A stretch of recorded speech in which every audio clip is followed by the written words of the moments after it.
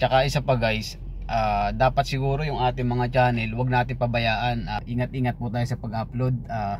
Pag pinadalang ka ng, lalo na yung monetize na yung channel. Tapos bigla ka madi-demonetize. Kung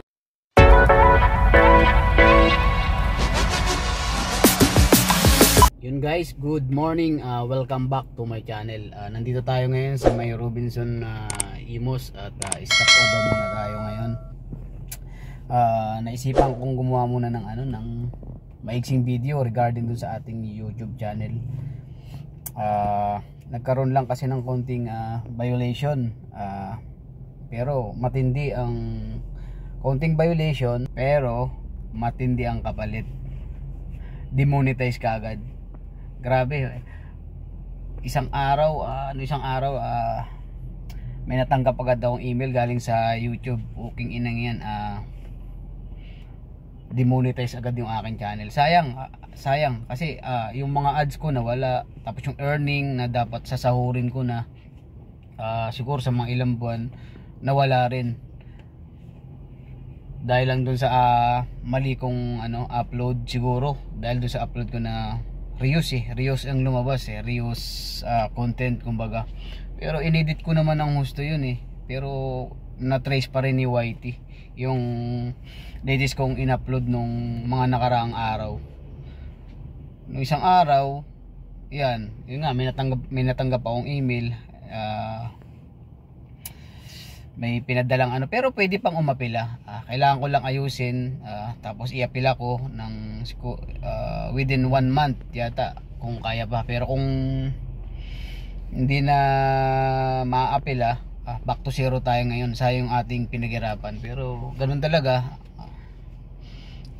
Nanginayang lang dahil syempre, kumbaga ilang taon na rin yung pinaghirapan mo na yun na para ma-monetize ka tapos isang pagkakamali mo lang na biglang demonetize ka kaagad. Kaya sayang kasi kumikita na yun kasi yung mga ads may earning nang pumapasok kumbaga kukumpletuhin mo lang yung ni YouTube para masahod mo yung kinita mo. Kumbaga may minimum bago mo masahod, pero sayang biglang nawala. Pero sana bumalik, pero subukan nating iapila.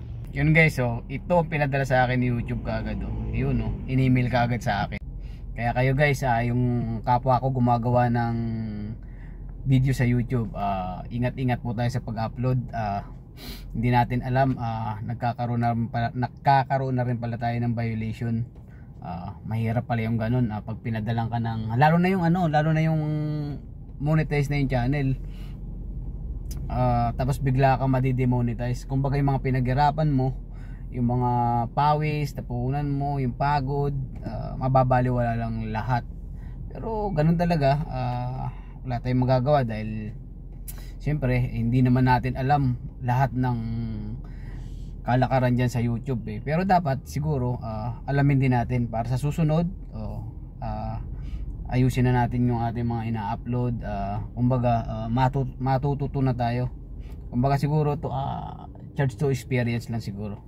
Tsaka isa pa guys, dapat siguro yung ating mga channel, wag natin pabayaan. Siguro kahit na hindi natin ma-uploadan ng palagi na video yung ating mga channel, kahit paminsan-minsan lang. Kasi minsan kasi lumalabas na yung channel ko kasi parang minsan lang ako makapag-upload sa isang buwan. Nag-upload ako short video lang, pero yung mga long video halos hindi ko na nagagawa kasi halos busy ako sa trabaho. Kumbaga napapabayaan ko na. Kaya siguro isa rin yun sa nasilip ni YouTube na para siguro sa tingin nila yung channel ko parang hindi na na-uploadan, parang pinabayaan na. Nakakuha sila ng butas tapos nag-upload ako ng medyo sa content, iba yung pagkakaano ng content, hindi masyadong na-edit, nasilip siya ni YouTube. Kaya siguro yun din ang sa tingin kong dahilan ng ng pagka-demonetize ko na sa channel ko Kaya pero kahit ganun pa man, subukan nating iapila kasi tinanggal ko na binura ko na yung video na yun meron tayong 1 month para umapila. O sana ma-approve ulit tayo. Kung hindi man tayo ma-approve, wala naman problema. Balik tayo sa 1, balik tayo sa simula.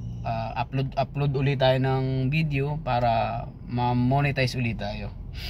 Yun guys, at hanggang dito na lang guys. Yun lang, sinabi ko lang, gumawa lang tayo ng maiksing video para dahil sa naranasan ko. Sana kung maranasan nyo rin to, sana huwag tayo mawalan ng pag-asa, kasi pwede naman tayong ma-monetize uli. Gawa lang tayo ng mga video dyan, kahit anong video, basta may iwasan natin yung magkaroon tayo ng violation. Yung guys, hanggang dito na lang at thank you.